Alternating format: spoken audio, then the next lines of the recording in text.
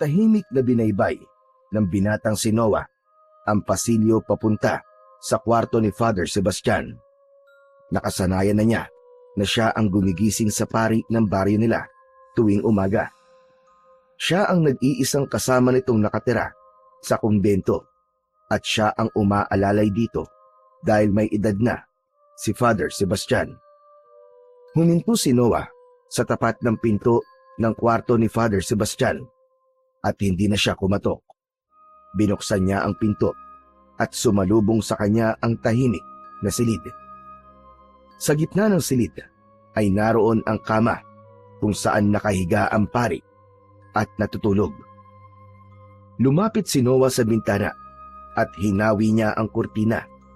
Binuksan na rin niya ang bintana upang pumasok doon ang sariwang hangin.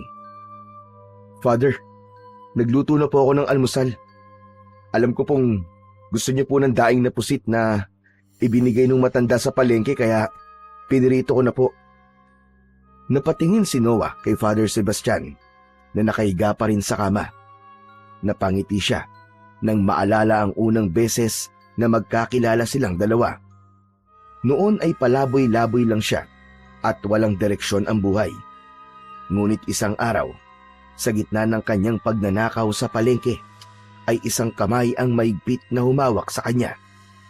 Hindi upang saktan siya, kundi upang iahon siya sa kanyang pagkakalugmok. Si Father Sebastian ang nagbigay kay Noah ng panibagong buhay. Tinulungan siya nitong bumangon mula sa kanyang madilim na nakaraan. Ipinakilala siya nito sa Diyos. Kaya naman, ganun na lamang kamahal ni Noah si Father Sebastian dahil malaki ang utang na loob niya rito. Father, gising na po kayo. Baka po lumamig na yung kape niyo eh. Ayaw niyo pa naman ng malamig na kape. Lumapit si Noah sa kama at marahang naupo sa gilid. Napansin niyang hindi man lang gumalaw ang pari mula sa pagkakahiga. Kaya naman bahagya niyang tinapik ang braso nito pero hindi pa rin ito nagising. Sa pangalawang beses na pagtapik niya sa pari ay natigilan siya nang maramdaman na napakalamig ng balat nito. Sa pagkakataon na yon ay niyugyug na ni Noah si Father Sebastian pero hindi pa rin ito nagigising. Idinikit niya ang tenga niya sa tapat ng puso nito at mas lalo siyang kinabahan nang mapagtantong hindi na tumitibok ang puso ng pari. Naglandas ang mga luha sa magkabila ang pisngi ni Noah. Hinawakan niya ang malamig na kamay ni Father Sebastian at hindi niya inalis ang tingin niya sa payapa nitong muka. Napakasakit para sa kanya na makalipas ang ilang taon ay tuluyan ng kinuha ng Diyos ang taong tumulong sa kanya upang makaahon sa lusak. Sa gitna ng tirik na araw ng tanghaling yon, ay nanatiling nakatayo pa rin si Noah sa tabi ng puntod ni Father Sebastian. Katatapos lang ng libing nito at wala ng tao roon bukod sa kanya. Hindi pa rin siya makapaniwala na wala na ang taong tumulong sa kanya nung lugmok na lugmok siya sa kahirapan. Nakatingin lang siya sa lapida nito habang may natuyong luha sa muka. Maya-maya pa ay lumapit kay Noah ang kaibigan niyang si Gregorio. Marahan siya nitong tinapik sa balikat ni hindi man lang niya ito nilingon. Noah, ano ba? Kanina pa tapos ang libing ah. Huwag mong sabihin na gusto pa sumama kay Father Sebastian kaya nandito ka pa rin. Ayoko pang umalis, Gregorio. Alam kong darating ang araw na mawawala siya dahil may sakit siya sa puso. Kaya inihanda ko na noon ang sarili ko. Pero kahit na anong paghahanda pa lang gawin ko, ay masasaktan at masasaktan pa rin ako. Parang tatay ko na si Father Sebastian, Gregorio eh. Siyempre, ito naman oh. Kaya nga Father ang tawag sa kanya, di ba? Malamang. Parang tatay mo na talaga siya. Hey, pero joke lang, Noah. Alam mo, ang isipin mo na lang eh. Kung nasan man ngayon si Father Sebastian, ay masaya na siya. Wala na siyang sakit na mararamdaman. Happy-happy at chill-chill na lang siya doon. Yan din naman ang iniisip ko eh. Pero hindi ko alam kung ano magiging buhay ko ngayong wala na si Father Sebastian. Huwag ka mag-alala. Nandito pa naman ako eh. Hindi kita iiwan, tol. Hindi ako aalis sa tabi mo. Promise. Ngunit bago pa man makasagot si Noah, ay biglang bumuhos na ang ulan. Hala! Anak ng... Umalis na tayo, Noah! Baka magkasakit pa tayo! Tatakbo na sana si Gregorio, pero hinawakan ito ni Noah sa braso ng mahigpit. Kakasabi mo lang, di ba, hindi mo ako iiwan? Dito ka lang. Aba, tol! May limitasyon din ang kabayanihan ko, no? Bahala ka sa buhay mo! Inalis ni Gregorio ang kamay ni Noah sa braso nito at tumakbo na palayo upang maghanap ng masisilungan. Habang si Noah naman ay nanatili pa rin sa kinatatayuan kahit basang-basa na siya ng ulan. Paalam, Father. Maraming salamat sa lahat. Sa pagmamahal, sa gabay, at sa paniniwala at pagtitiwala mo sa akin. Hindi ko alam kung paano magsisimula nang wala ka. Pero susubukan ko para sa iyo. Matapos ang ilang minuto, ay naglakad na si Noah pabalik sa kumbento. Medyo humina na ang ulan, pero ang kalungkutan niya ay hindi pa rin nababawasan kahit konti. Nang makarating siya sa kumbento, ay dumiretso siya sa banyo para maligo. Matapos yon, ay nagpalit siya ng malinis na damit. Agad na nagtungo si Noah sa silid ni Father Sebastian. Pagpasok niya ron, ay naupo siya sa silya na malapit sa bintana. Yun ang paboritong pwesto ng pari, lalo na kapag nagpapahinga ito. Maya-maya pa ay tumayo si Noah at lumapit sa kama. Napakunot-noo siya nang mapansin ang isang puting sobre na nasa labas at may nakasulat na pangalan ni Noah.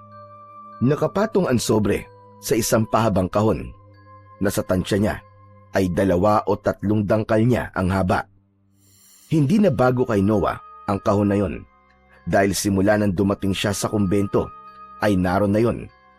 Ang iniisip niya ay baka lalagyan yon ng mga personal na gamit ni Father Sebastian gaya ng mga alahas. Kinuha ni Noah ang sobre at dahil nakapangalan naman yun sa kanya, ay binuksan niya yon. Isang sulat yon mula kay Father Sebastian. Ang nakita niya na agad niyang binasa. Noah, kung hawak mo na ang sulat na ito, malamang ay wala na ako sa mundong ito. Nagpapasalamat ako sa mga araw na nakasama kita. Ngunit ang sulat na ito ay upang malaman mo ang kapalaran na alam kong nakalaan talaga para sa iyo. May isang bagay akong kailangan ipagkatiwala sa iyo. Sa baryo natin ay may nakaambang panganib. At sa lahat ng taong nakilala ko, ikaw lamang ang nakita kong may sapat na puso, tapang at pananampalataya upang harapin ito. Hanapin mo ang isang lalaking ang pangalan ay Andres. Siya ay naninirahan sa gitna ng kagubatan sa kanlurang bahagi ng ating baryo. Dalhin mo sa kanya ang kahon na pinatungan na sulat na ito. Siya na ang bahalang magpaliwanag sa iyo ng lahat. Huwag kang matakot, Noah. Hindi kita iiwan. Sa bawat hakbang mo ay nasa tabi mo lang ako. Napatitig si Noah sa kahon.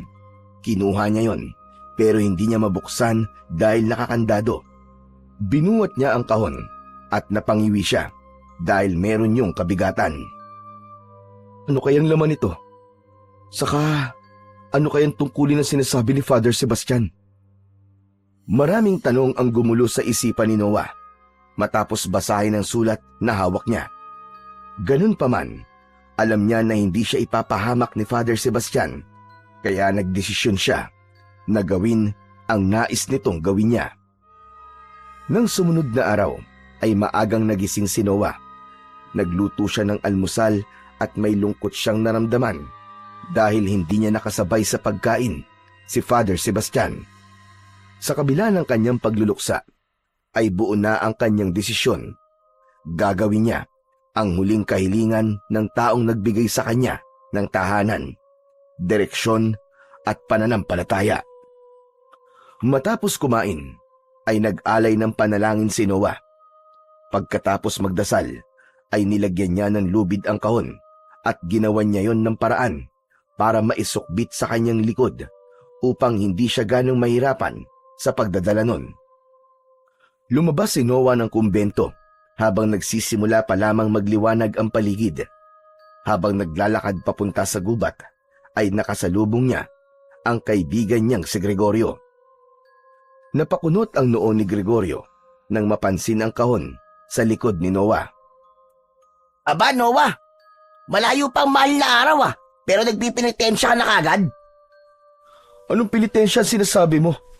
May kailangan lang akong gawin sa gubat kaya dala ko tong kahon na iniwan sa akin ni Father Sebastian. Ano ka mo, sa gubat?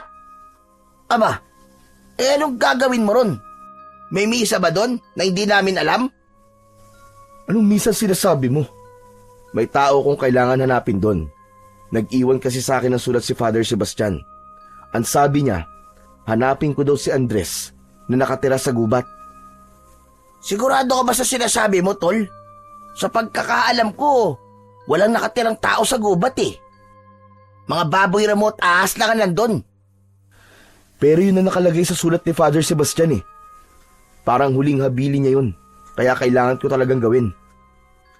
Saglit na natahimik si Gregorio. Tila nag-iisip ito ng malalim. O sige, wala naman akong gagawin ngayon Kung gusto mo, samahan na lang kita. Baka kung ano pang mangyari sa'yo dun mag-isa ka lang. Mabuti pa nga, para naman meron akong kakwentuhan habang naglalakad. Matapos yun, ay magkasabay silang tumungo sa daan papunta sa gubat.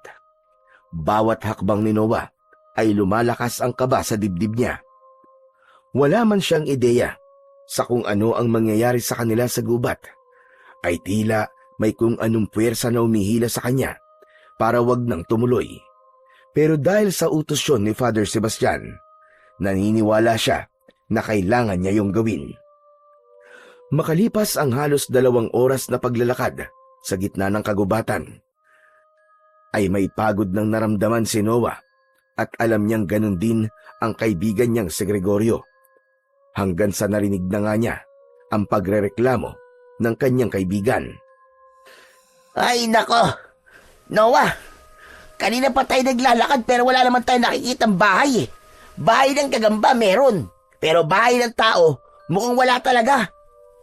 Anak ng, pagod na ako kakalakad dati Ang sakit na ng mga binti ko. Ikaw kasi, sasama-sama ka pa kasi sa akin tapos magrereklamo ka. Hindi naman sa ganun. Pero, hindi ko inaasahang mapapagod tayo ng ganito Wala bang mapang ibinigay sa'yo si Father? Wala Kung meron, edi sana kanina ko pa ginamit. Basta ang sabi lang sa sulat, dito nakatira sa gubat yung Andres. Sa gitna ng kanilang paglalakad, ay huminto si Gregorio at nagpaalam kay Noah na iihi muna ito. Lumayo muna si Noah sa kanya. Umasa siya na sa ginawa niyang yun ay bigla na lang siyang makakakita ng kubo. Father Sebastian, tulungan niyo naman po kung makita ang bahay ng taong nais mong kausapin ko.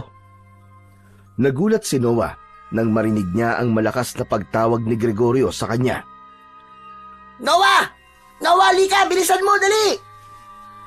Mabilis na tinakbo ni Noah ang kinaroroonan ni Gregorio. Nakatayo si Gregorio sa tabi ng isang puno. Bakit? Anong meron?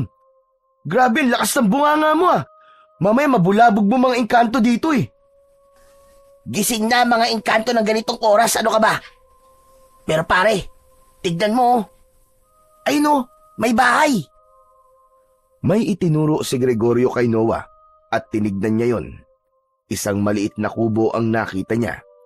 Nanlaki ang mga mata niya at hindi niya na napigilang mapangiti. Baka doon nakatira yung Andres na sinasabi mo, Tol. Grabe, ikaw pa talaga nakakita Ayos, ang galing mo. Aba syempre, May silbi din ako paminsan-minsan, no? Napangiti si Noah at tumango. Sa wakas, tila may patutunguhan na ang kanilang paglalakad sa gubat. Ipinagdasal niya na sana ayun na nga ang bahay ng Andres na hinahanap niya. Hindi na nag-aksaya pa ng sandali ang magkaibigan at naglakad na sila palapit sa kubong nakita ni Gregorio. Maya-maya pa ay huminto na sila sa harapan ng kubo. Medyo sira na ang ilang bahagi nun. Ang dingding ay pinagtagpi-tagping daw ng anahaw na natuyo na. Tao po! Tao po! Patawad ko kung nakaabala kami. May tao po ba riyan? Ilang saglit ng katahimikan ang namayani hanggang sa biglang bumukas ang pinto. Nagulat si Noah nang mula roon ay lumabas ang isang matandang lalaki. Matangkad ito at may matikas na tindig sa kabila ng edad nito. Meron itong mahaba at puting balbas at sa isang kamay nito ay may hawak itong matalim na itak. Sino kayo? Ano ginagawa niyo rito? Halos mapatalon si Gregorio sa gulat at agad itong nagtago sa likod ni Noah. Noah, tol! Si Andres Bonifacio yata yan eh. Tignan mo, atapang ang tao. Naku, tol, umuwi na tayo. Baka tagain tayo niyan. Tumigil ka nga, Gregorio. Ang ingay mo. Sandali lang po Tatang, huwag po kayo magalit. Hindi po kami masasamang tao. Gusto ko lang pong itanong kung kayo po ba si Mang Andres. Napakunot ang noo ng matanda at muling itinaas ng bahagya ang itak. Bakit mo alam ang pangalan ko? Sino ka ba talaga? Ako po si Noah at ito naman pong kasama ko ay si Gregorio. Pinapunta po ko rito ni Father Sebastian. May iniwan po siyang sulat para sa akin. Nandito po yung kahon na sabi niya ay dalhin ko po sa inyo. Matapos mabanggit ni Noah ang pangalan ni Father Sebastian, ay napansin niyang biglang nagbago ang ekspresyon ng matanda. Mula sa pagiging matapang at handang lumaban, ay unti-unting lumambot ang mga mata nito. Ibinaba nito ang hawak na itak. Napansin din niya ang bumalot na lungkot sa muka ng matandang lalaki. Maya-maya pa ay umangat ang mukha nito at diretsong tumingin kay Noah. Halina kayo. Pumasok kayo. Marami tayong dapat na pag-usapan. Tumalikod na si Mang Andres at nauna itong pumasok sa kubo. Walang alinlangan na humakbang si Noah pero bigla siyang hinawakan ni Gregorio sa braso. Nang tumingin siya sa kanyang kaibigan, ay umiiling ito at bakas sa muka ang takot. Tol, talaga bang papasok tayo dyan? Kanina lang muntik na tayong tagain ng matandang yun eh. Baka babaya, tol. Sa loob niya ituloy ang pagtaga sa atin. Ayoko maging pork chop. Ang OA mo naman. Hindi naman niya tayo tatagain eh. Nagulat lang siguro siya sa pagdating natin. Nagulat? May itak sa kamay, nagulat? Aba, gano'n na ba nagugulat ngayon? Alam mo, kung natatakot ka, di dito ka na lang sa labas. Pero ako, papasok ako. Mabilis ang naging hakbang ni Noah at hindi na siya lumingon pa. May tiwala siya sa sulat at huling kahilingan ng paring naging ama-amahan niya. Sa kanyang puso ay nararamdaman niyang ang lahat ng ito ay may dahilan. Hindi na rin nakatiis si Gregorio at sumunod na rin ito sa kanya. Pagpasok nila sa loob ng kubo, ay nakita nila ang mga lumang kasangkapan doon. May isang maliit na altar sa isang sulok ng kubo, habang si Mang Andres naman ay nakaupo sa sahig na kawayan. Sige na, maupo na muna kayo. Malayo ang nilakad nyo. Wala akong maiahain sa inyo. Pero kung tubig ang kailangan nyo, ay meron ako dito. Ayos lang po, Mang Andres. Hindi po kami nagpunta rito para kumain. Ang gusto ko lang po ay malaman po kung ano po ba talaga ang dahilan kung bakit pinapunta po ako rito ni Father Sebastian. Ibinaba ni Noah ang kahon mula sa kanyang likod at marahang inilapag yon sa gitna nila. Napatingin si Mang Andres sa kahon. Isang saglit ng katahimikan ang lumipas bago ito muling nagsalita. Ibig sabihin, ay patay na pala si Father Sebastian. Alam niyo na po. May nakarating po bang balita sa inyo? Hanep, grabe na talaga ang chismis ngayon, no? Kahit sa gitna ng kagubatan, nakakarating na. May pa-broadcast na ba mga hayop dito? Hindi. Walang dumating na balita sa akin.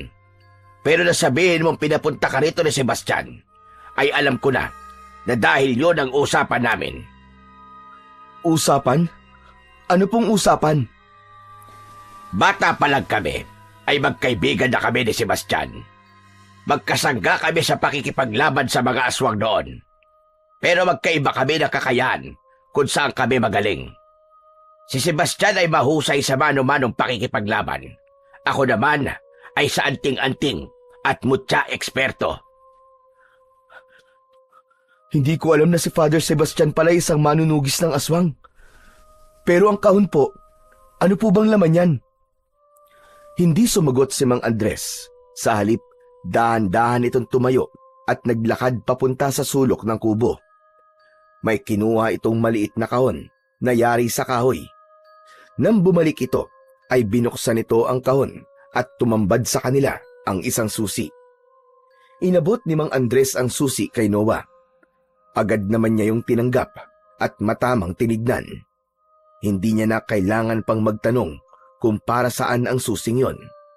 Maingat niyang isinuksok ang susi sa kandado ng kahon. Nang makarinig siya ng mahinang tunog mula sa kandado, ay binuksan niya na kagad ang kahon.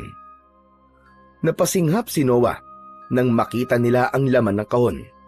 Nasa loob nun ang isang mahabang krusipiho o crucifix na kulay ginto. Halos 2 dangkal ang haba ng crucifix at napakakintab nito. Kung ganyan pala, pinamanahan ka ni Father Sebastian ng gintong krusipiho. Aba, ayos Noah, mayamang ka na kapag nabenta mo yan. Hindi pwedeng ibenta ang krusipiho na yan. Napatingin si Noah kay Mang Andres. Kita sa mukha ng matanda ang seryosong ekspresyon habang tinititigan ang krusipihong nasa loob ng kahon.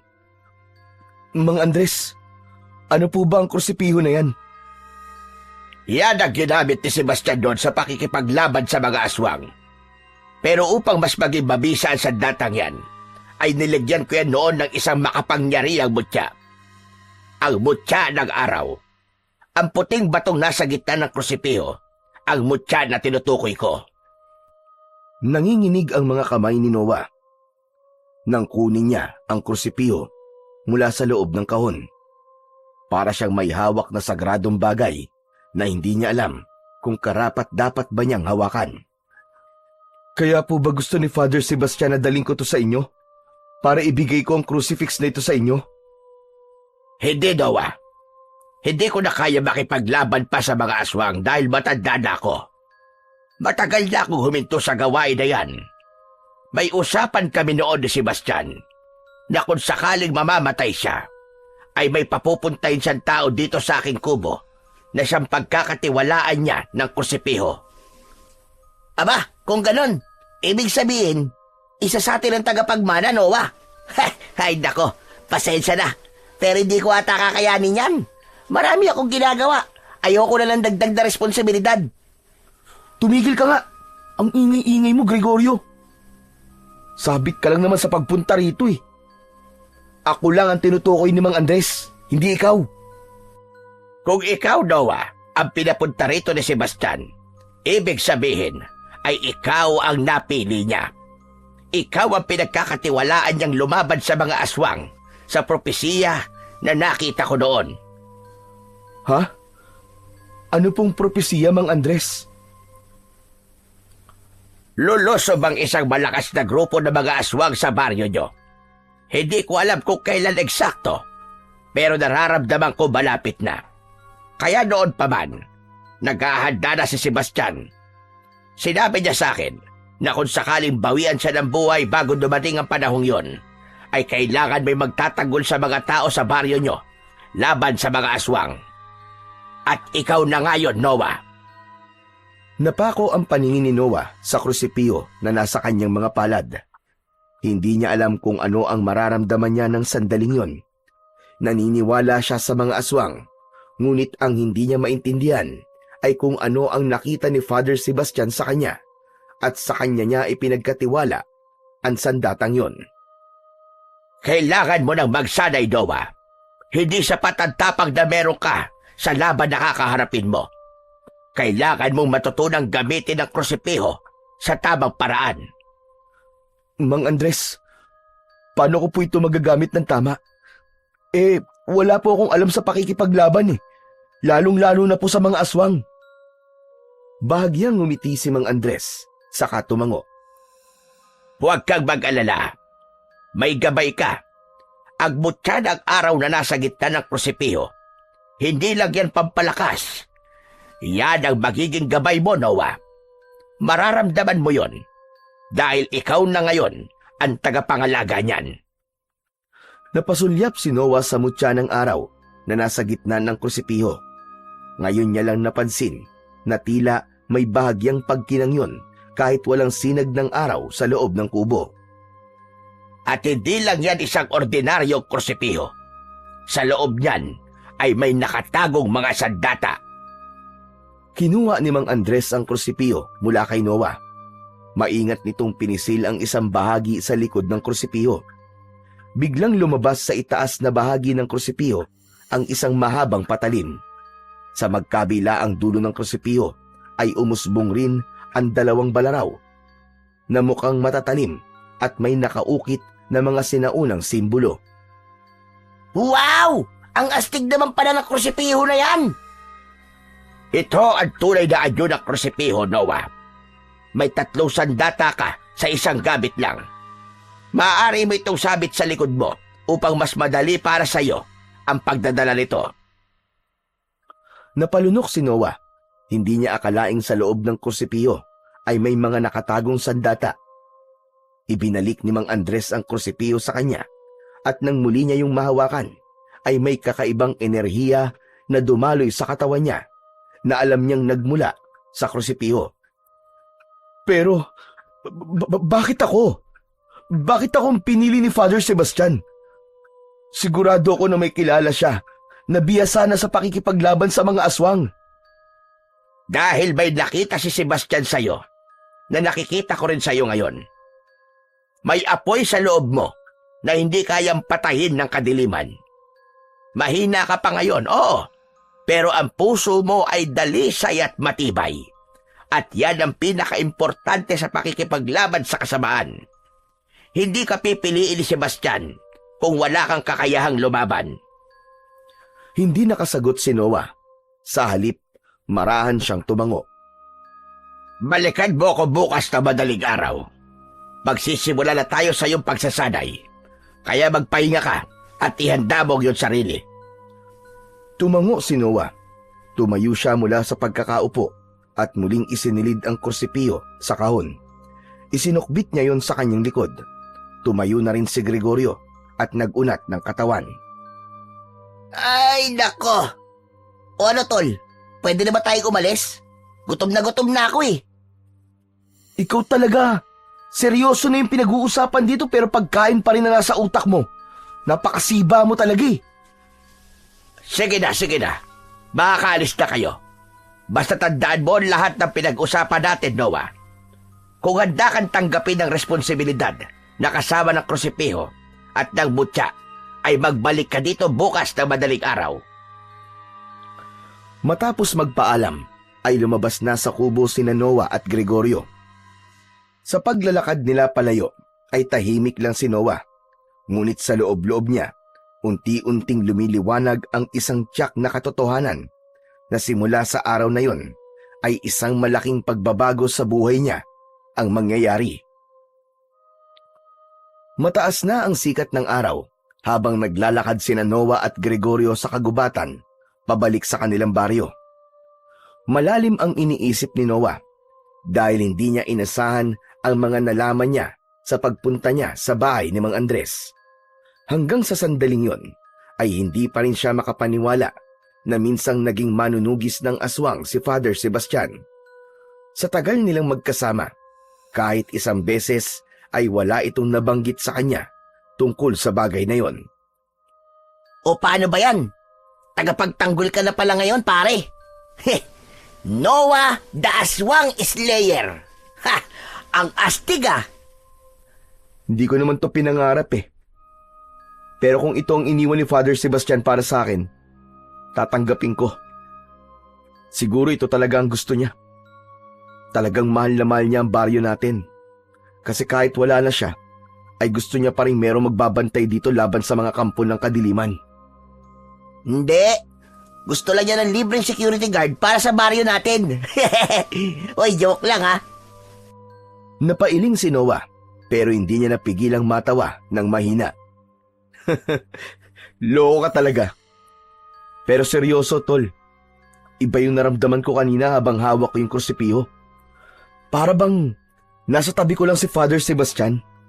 Parang ginagabayan pa rin niya ako kahit wala na siya. Nung una, gusto ko lang malaman kung bakit niya ako pinapapunta kay Mang Andres. Hindi ko akalain na isang responsibilidad pala ang ibibigay niya sa akin. Kung ako yan, siguro hindi ko tatanggapin. Pupunta na lang ako sa puntod ni Father Sebastian at sasabihin ko sa kanya na, Father Sebastian, pasensya na. Wala sa job description ko yan eh.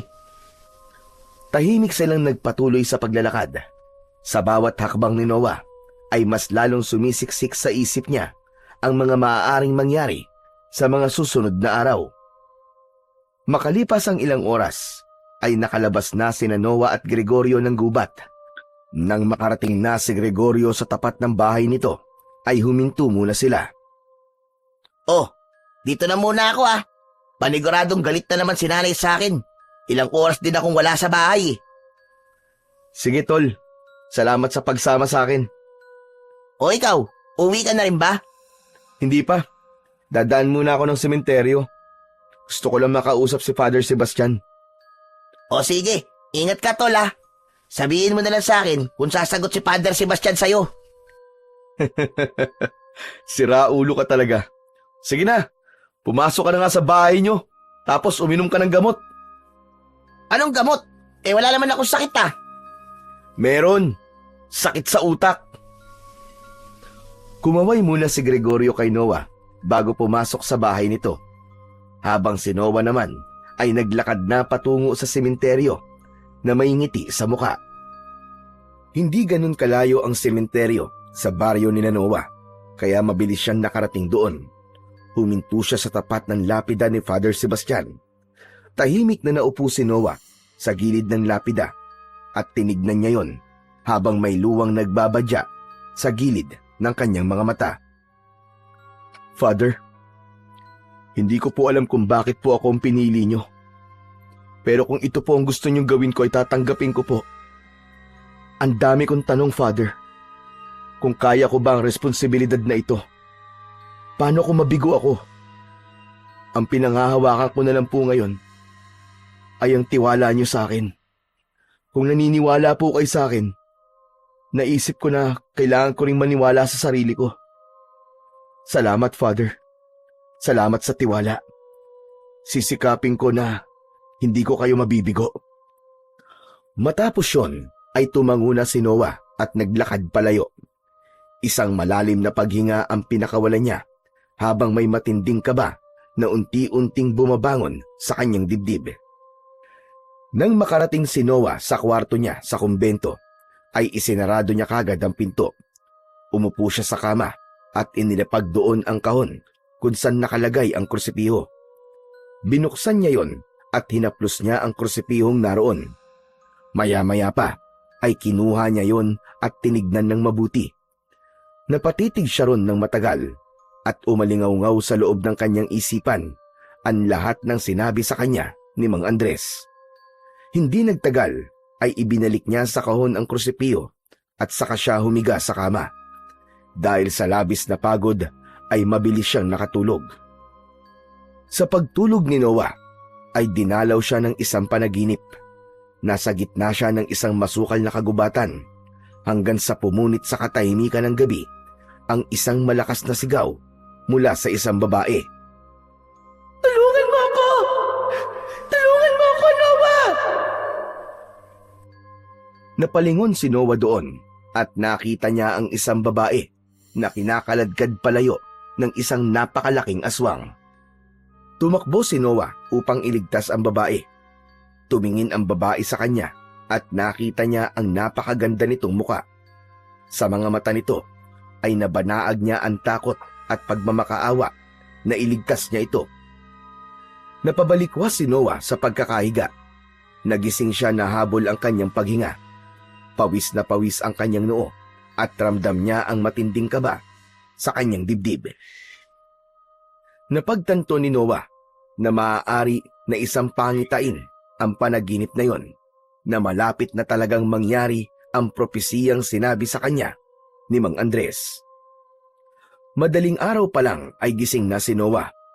Wala pang liwanag ng araw na sumisilip sa kalangitan, ngunit nakahanda na siya. Umalis siya sa kumbento na dala ang krusipiyo na nasa kahon. Pagdating niya sa kagubatan ay mas naramdaman niya ang lamig. Buo ang desisyon na magsanay sa tulong ni Mang Andres para sa nalalapit na pagdating ng mga aswang sa baryo nila.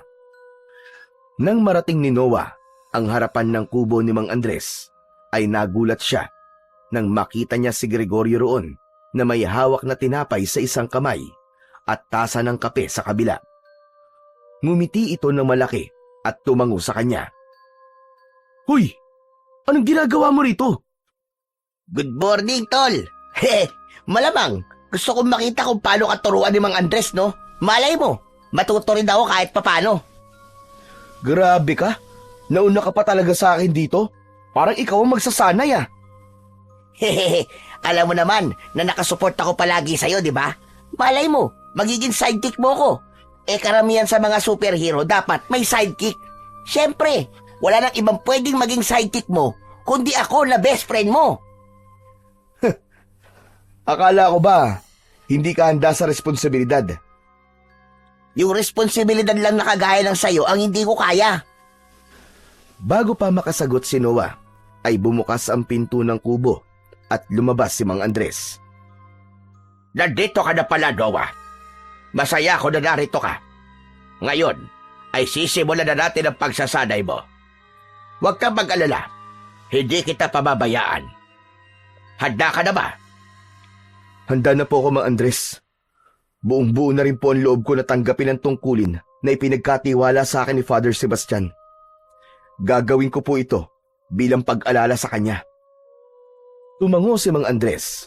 Saka nito sinabi na sa likod ng kubo nito nila gagawin ang pagsasanay dahil mas malaki ang espasyo doon.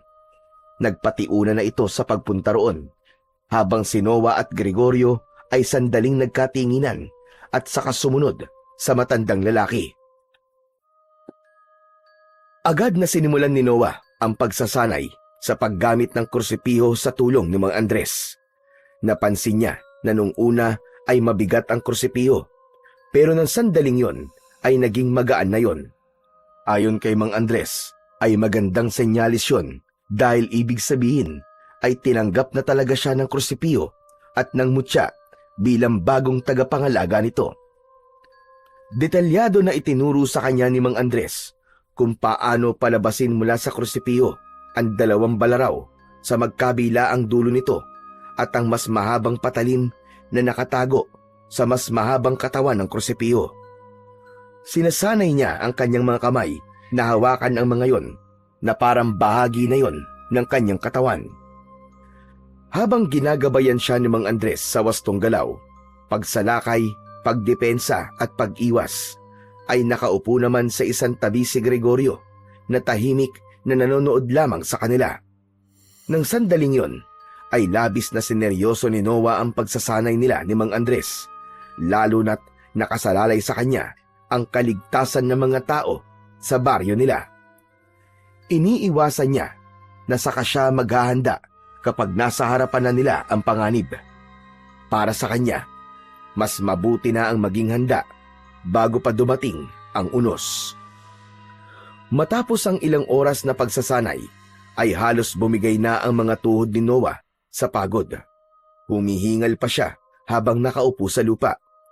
Ang kamay niya ay nanginginig pa habang dahan-dahang ibinabalik ang mga patalim sa krusipiho. Sa di kalayuan, Si Gregorio naman ay nakahiga sa damuhan habang may nakatakip na sombrero sa muka. Sa tagal ng pagsasanay ni Noah at Mang Andres ay nakatulog na ito na para bang mas pagod pa ito kumpara sa kanya. Maya-maya pa, lumabas si Mang Andres mula sa kubo. May dala itong 2 tasa ng mainit na salabat at inabot nito ang isa kay Noah. Umupo ito sa harap niya at matiim siyang tinignan. Mahusay ang ipinakita mo sa unang araw ng pagsasanay natin, Noah. Nakikita ko na likas sa iyo ang pagiging mandirigma. Pero tandaan mo na hindi lang lakas ang kailangan sa pakikipaglaban. Kailangan mo rin pag-aralan kung kailan ka lalaban at kailan ka atras. Mas lalong delikado kung puro tapang lang ang gagamitin mo. Dapat alam mo kung kailan ka dapat umatras. Walang karuwagan sa pag-atras. Ang importante ay hindi ka susuko na ipaglaban ang pinaglalaban mo. Maraming salamat po, Mang Andres. Napakalaki po talaga ng tulong niyo sa akin. Tatandaan ko po lahat ng itinuro at mga sinasabi niyo sa akin. Huwag ka muna magpasalamat sa akin, Noah. Nagsisimula pa lamang tayo. Marami ka pang dapat pagdaanan. Naiintindihan ko po.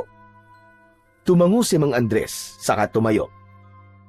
Bumalik ka rito kahit na anong araw at oras na nais mong magsanay. Pero mas makabubuti na magsanay ka rin ng ikaw lang kung hindi ka makakapunta rito. Isang mahinang tango ang itinugon ni Noah sa sinabing yun ni Mang Andres. Nang sandaling yon ay mas lalong lumakas ang kaba niya. Nararamdaman niya na nalalapit na talaga ang araw kung saan kakailanganin niya ng gamitin ang krusipiho at ang mutya sa tunay na pakikipaglaban.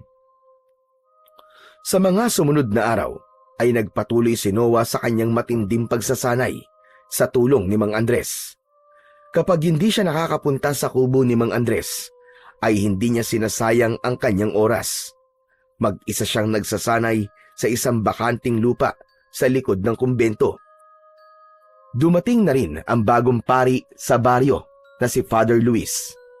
Gaya ni Father Sebastian ay mabait din ito. Nang malaman ito na noon pa man ay sa kumbento na nakatira si Noah, ay hinayaan pa rin niya ito na manatili siya roon. Isang gabing matapos mag-ensayo si Noah sa likod ng kumbento, ay naglakad na siya sa gilid ng simbahan upang pumasok. Napahinto siya nang may natanaw siyang figura sa may harap ng simbahan. Isang babae ang nakatayo roon, na waring nakatitig sa pintuan ng simbahan. Nakaitim ito, mahaba ang buhok, at animoy may hinahanap. Tila may kung anong humila sa kanya para lapitan ang babae. Habang papalapit si Noah sa babae, ay napakunot ang noo niya. Pamilyar ang mukha nito, na parang nakita niya na ito, pero hindi niya matukoy kung saan o kailan. May dalang traveling bag ang babae, kaya nahinuha niya na galing pa ito sa ibang lugar o baryo. Miss, pasensya na. Gusto mo bang pumasok sa simbahan? Sarado ng simbahan eh. Bumalik ka na lang bukas ng umaga. Lumingon ang babae sa kanya. Agad niyang napansin ang lungkot at takot sa mga mata nito. Hindi ako magsisimba. May hinahanap akong tao. Hinahanap ko si Father Sebastian. Ha? Si Father Sebastian? Pasensya na, miss. Hindi mo ba alam na patay na siya? Halos 1 buwan na rin ang nakakaraan. Mas lalong nalungkot ang babae sa narinig. Hindi ito nakapagsalita, na para bang tinatansya nito kung nagsasabi ba ng totoo o hindi ang kaharap. Miss, sandali lang. Ano ba talaga ang kailangan mo kay Father Sebastian?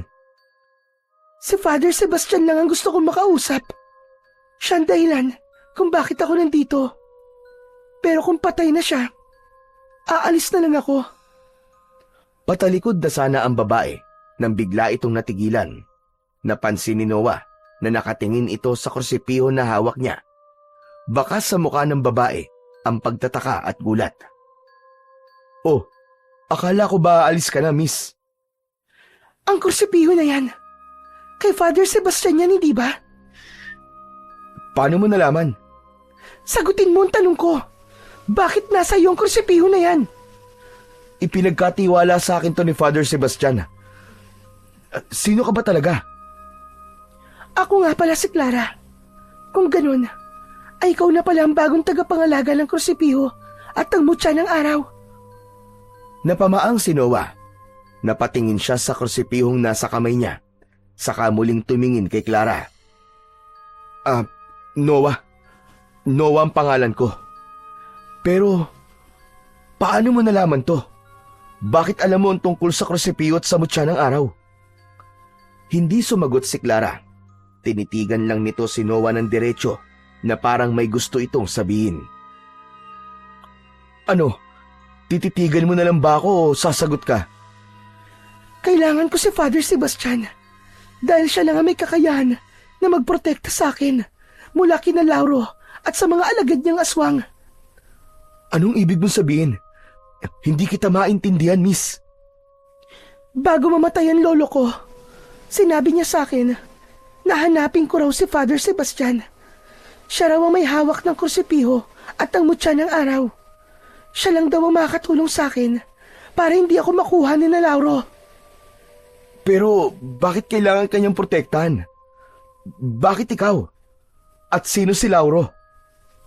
Hindi pa man nasasagot ni Clara ang tanong na yon ni Noah, ay bigla siyang may narinig na mahinang kaluskos mula kung saan.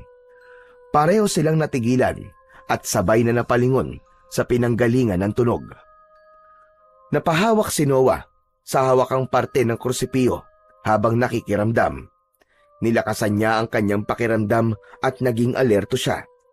Iba ang pakiramdam niya sa paligid. Parang may kung anong panganib ang nakaamba sa kanila ng mga oras na yon. Hanggang sa lumitaw sa kadiliman ang dalawang aswang. Naglalaway ang mga yon at nanlilisik ang mga mata. Umaangil ang dalawa na parang mababangis na hayop na handang umatake. Mabagal na naglakad ang mga aswang papalapit kina Noah at Clara. Napaatras si Clara at agad na nagtago sa likod ni Noah. Takot na takot itong napakapit ng maigpit sa damit niya.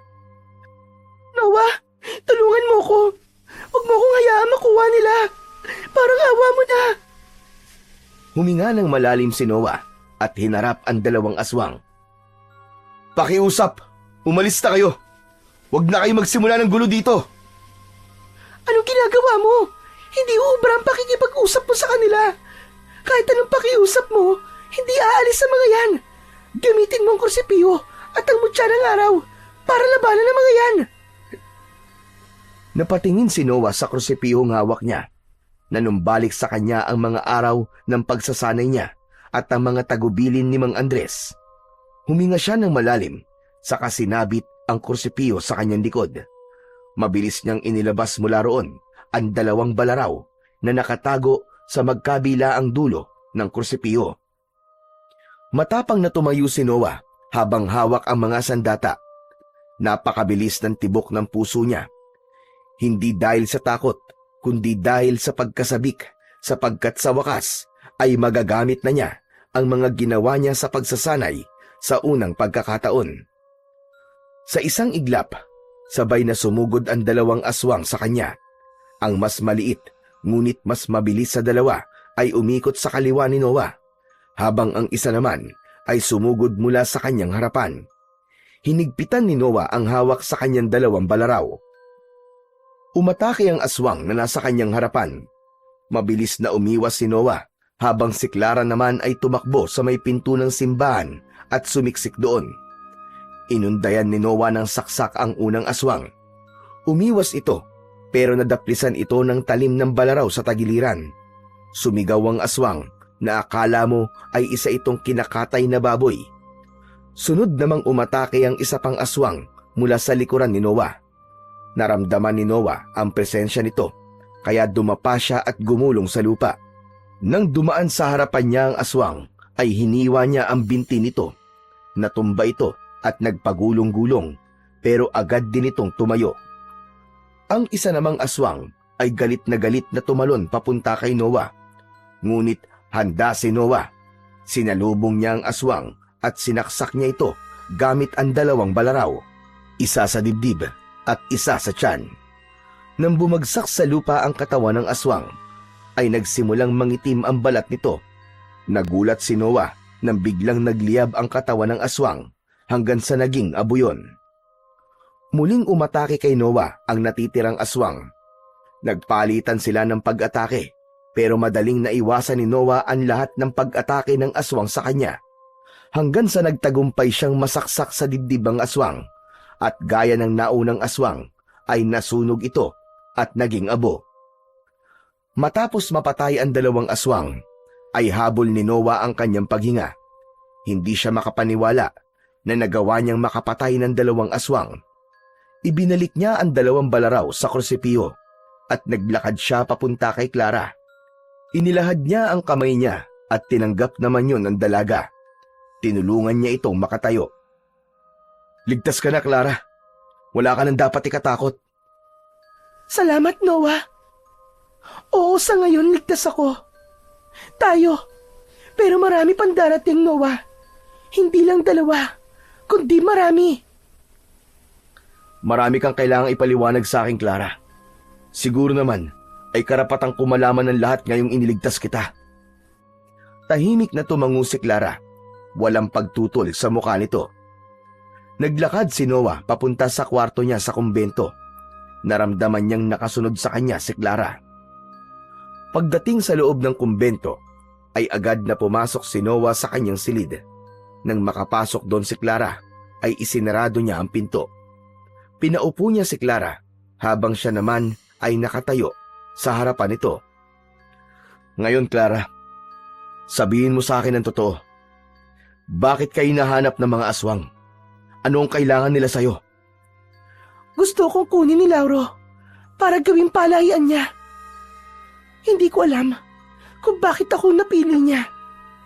Namatay na lang ang lolo ko sa pagprotekta sa akin, at ilang araw bago siya napatay ni na Lauro, ay sinabi niya na hanapin ko si Father Sebastian dahil siya lang ang may kakayahan protektahan ako. Pero dahil wala na pala siya, ay sa'yo na ako hihingi ng tulong. Noah, ikaw na lang ang natitirang pag-asa ko. "Sino ba si Lauro? Kanina mo pa binabanggit ang pangalan niya eh." Si Lauro ang pinuno ng mga aswang sa baryo namin. Ilang taon na silang nananalasa doon. Kung makukuha niya ako, ay mas lalakas sila. Mas madali siya makakagawa ng mas marami pang katulad niya. Kaya nakikiusap ako sa iyo, Noah. Tulungan mo ko.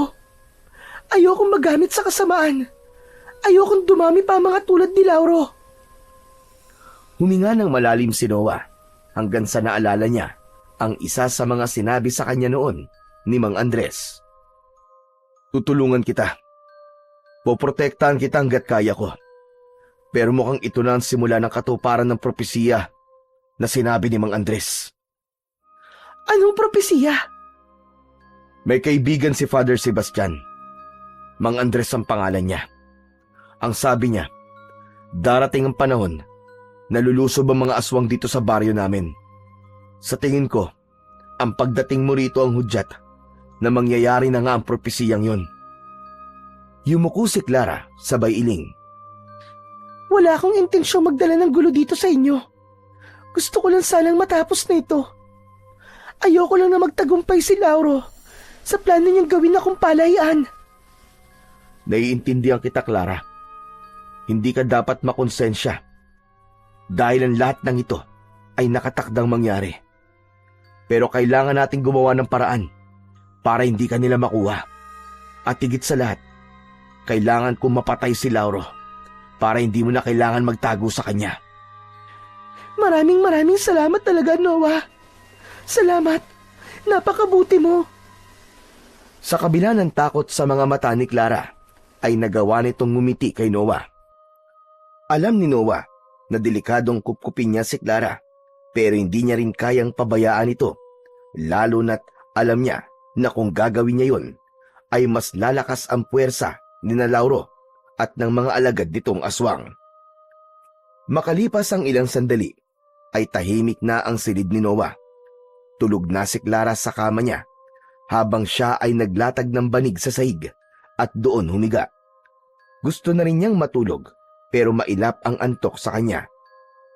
Kahit na anong pwesto ang gawin niya, ay hindi siya mapakali. Ilang beses siyang pumikit, pero nanatiling gising ang diwa niya. Paulit-ulit na bumabalik sa isipan niya ang sinabi ni Clara. Hanggang sa umupo si Noah at tinitigan niya si Clara na mahimbing na natutulog. Payapa ang mukha nito, pero alam niya na sa likod nun ay takot na takot ito. Kailangan ko makausap si Mang Andres. Baka alam niya kung anong tama at maganda naming gawin. Bumalik sa pagkakahiga si Noah. Mariin niyang ipinikit ang kanyang mga mata at kinumbinsi niya ang sarili na matulog na. Naniniwala siya na simula sa gabing yon ay magsisimula na ang napakalaking pagbabago sa buhay niya. Hindi lang si Clara ang kailangan niyang protektahan mula sa mga aswang, kundi maging ang kanilang buong baryo. Pagsapit ng madaling araw, ay bumangon na si Noah.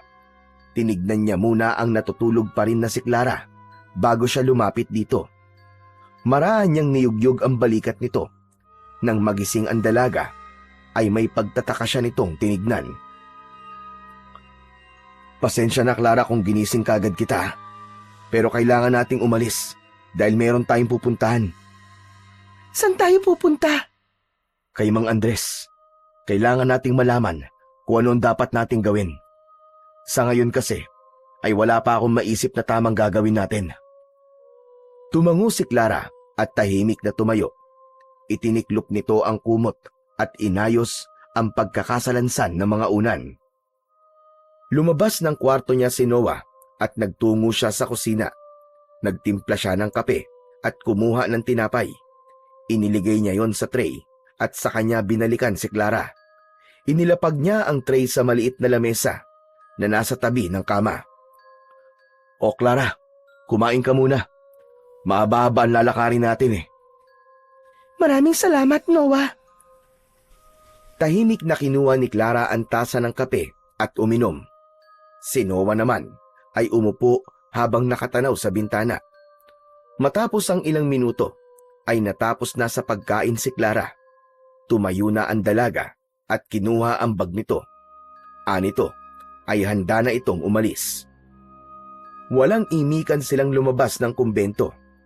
Sinalubong sila ng malamig na simoy ng hangin sa labas. Umasa si Noah na may magandang ideya na maiisip si Mang Andres sa sitwasyon nila ng sandaling yon. Makalipas ang ilang minutong paglalakad, ay nakarating na sina Noah at Clara sa kagubatan. Tahimik pa rin silang naglalakad. Bahagya nang sumisikat ang araw ng oras na yon, kaya kahit papano ay maliwanag na ang kanilang dinadaanan. Bahagyang nauuna sa paglalakad si Noah, habang nakasunod naman sa kanya si Clara. Maya-maya pa ay nagsalita si Clara dahil tila nainip na ito. Ang tahimik ng baryo niyo, Noah. Napakalayo sa baryo kung saan ako nanggaling. Tama ka, Clara. Pero sigurado ko na mawawala rin ang katahimikang ito dahil nandito na mga aswang. Pasensya na. Alam ko nga kung dahilan kung bakit nandito sa baryo niyo mga aswang. Ano ka ba, Clara? Napag-usapan na natin yan, di ba? Saka alam ko na kung buhay pa si Father Sebastian, ay tutulungan ka rin niya. Malaki kasi ang utang na loob ko sa kanya. Kaya kahit wala na siya, ginagawa ko pa rin ang mga nais niyang gawin ko. Pero ngayon ko lang napagtanto. Parehas pala tayong nawalan. Hindi ba nabanggit mong pinatay ng mga aswang ang lolo mo? Tama ka, Noah. Siya lang ang meron ako. Simulat sa pool, siya nagpalaki sa akin. Kaya't napakasakit para sa akin ang kamatayan niya. Ikaw, bakit mo nasabing malaki ang utang na loob mo kay Father Sebastian? Noon kasi, walang direksyon ang buhay ko. Nang makita ko ni Father Sebastian, tinulungan niya ako magbago. Inilayo niya ako sa bisyo ko at sa mga taong walang naibibigay na magandang impluensya sa akin. Kung hindi dahil kay Father Sebastian, malamang nasa sementeryo o kaya nasa kulungan na ako ngayon. Mahal na mahal ni Father itong baryo namin. Kaya kahit hindi ako taga rito, mahal ko na rin ito at lahat ng taong nandito. Kaya pala ang tapang mo kagabi. May pinaglalaban at pinoprotektahan ka. Pasensya ka na ha, kung nadamay ka at ang baryo nyo sa gulundal ako. Yang ka na naman Hindi mo kasalanan ang gulong nangyayaring to. Kung meron mang dapat sisihin, ay walang iba kundi si Lauro at ang mga alagad niya. Huminto sila sandali sa ilalim ng malaking puno ng balete. Huminga ng malalim si Noah at tumingin sa malayo. Konti na lang at makakarating na tayo sa bahay ni Mang Andres. Sana Noah, matulungan niya tayo. Huwag ka mag-alala, Clara. Siguradong matutulungan niya tayo. Magkaibigan sila ni Father Sebastian, kaya mapagkakatiwalaan natin siya. Nagpatuloy na sila sa kanilang paglalakad.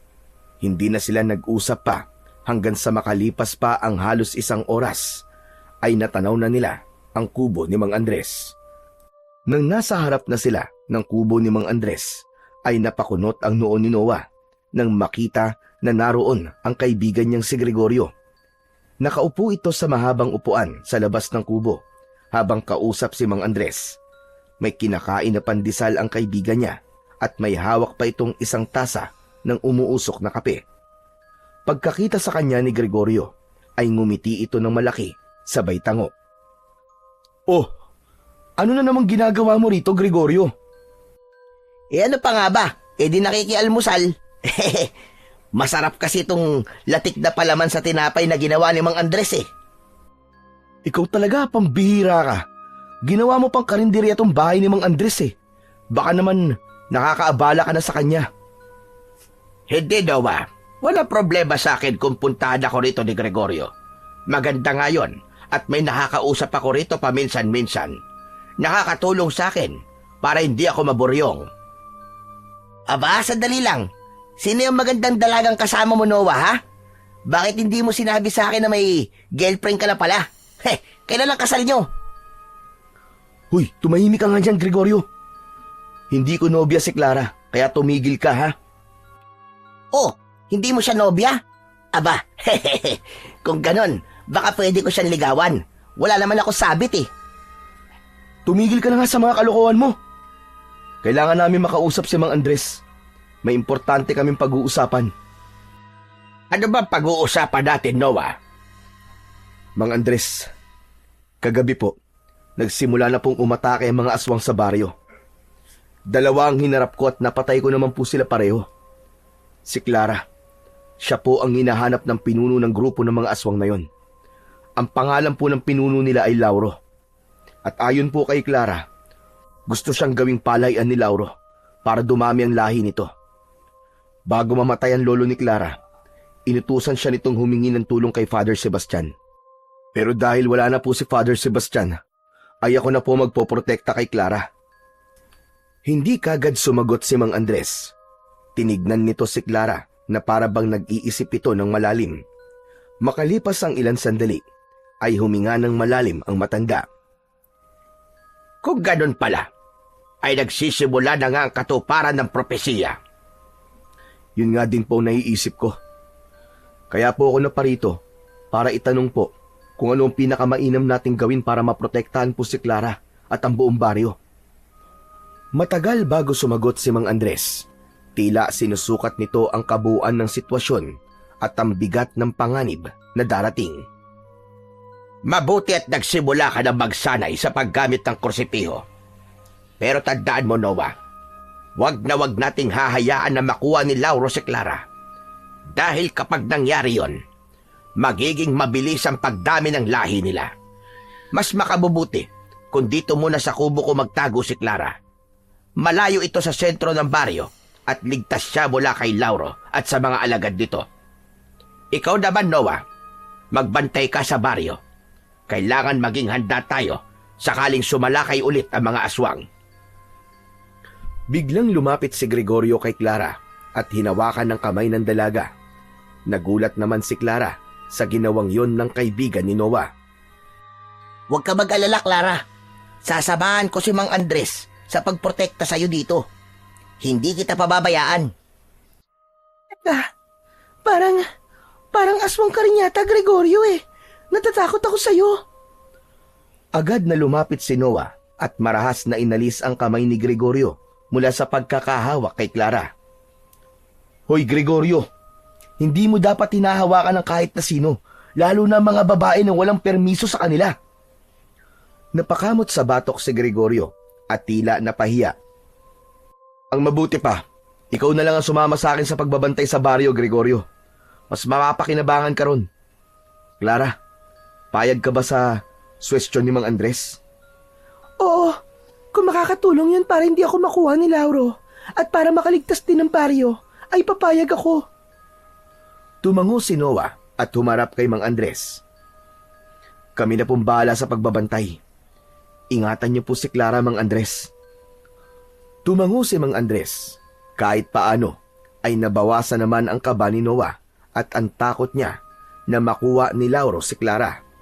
Hindi niya alam, pero simula nang malaman niya ang sitwasyon ni Clara, ay nagkaroon na siya ng kagustuhan na protektahan ito. Simula noon ay gabi-gabi nang nagbabantay si Noah sa baryo nila kasama ang kaibigang si Gregorio. Naghahati sila sa paglibot sa mga kalye at sa paligid ng mga bahay. Palaging dala ni Noah ang krusipyo para handa siya kung sakaling magkaroon ng biglaang labanan.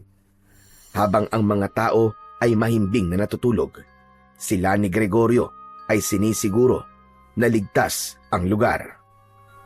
Paminsan-minsan ay dinadalaw ni Noah si Clara sa kubo ni Mang Andres upang masiguro na ayos lang ito. Sa bawat gabing lumilipas, dama ni Noah ang bigat ng responsibilidad sa kanyang balikat, hindi lamang para kay Clara, kundi para sa buong baryo. Isang gabi, tahimik na nagroronda sina Noah at Gregorio sa kanilang baryo. Nakasabit sa likod ni Noah ang krusipyo, habang si Gregorio naman ay may dalang itak. Hindi alam ni Noah, pero maalinsangan ang hangin ng gabing yon na para bang may panganib na paparating. Hanggang sa may narinig silang mga sigawan ng mga tao. Mabilis na nagkatinginan ang dalawa, sa kasabay na tumakbo patungo sa pinagmumulan ng kaguluhan. Sa pagdating nila sa gitna ng baryo, ay bumungad sa kanila ang nakakatakot na tanawin. May mga taong nagtatakbuhan habang nagtutulakan.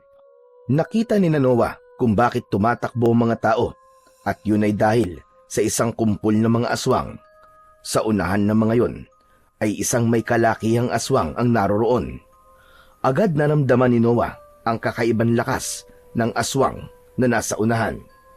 Huminto ang malaking aswang at tinignan ang mga taong naroon. Ako si Lauro, ang pinuno ng mga aswang na nasa inyong harapan. May hinahanap akong dalaga na nagngangalang Clara. Ilabas niyo siya at ibigay sa akin. Kung ibibigay niyo siya sa akin, ay walang kailangan masaktan sa inyo. Sisiguraduhin kong hindi dadanak ang dugo sa baryong ito. Humakbang si Noah paunahan at walang takot niyang tinignan si Lauro ng diretso sa mga mata nito. Sa wakas ay nakaharap na niya ang pinuno ng mga aswang na tinutukoy ni Clara. Wala rito ang babaeng hinahanap mo. Umalis na kayo rito at huwag kayong manggugulo. Alam kong nandito si Clara. Isa sa mga tauhan ko nakakita sa kanya na nagtungo rito. Ito ang tandaan niyo lahat. Bibigyan ko kayo ng palugit hanggang bukas ng gabi. Kung hindi niyo may ihaharap si Clara sa akin, ay sasalakay kami rito at sasabihin ko na agad sa inyo na marami ang mamamatay.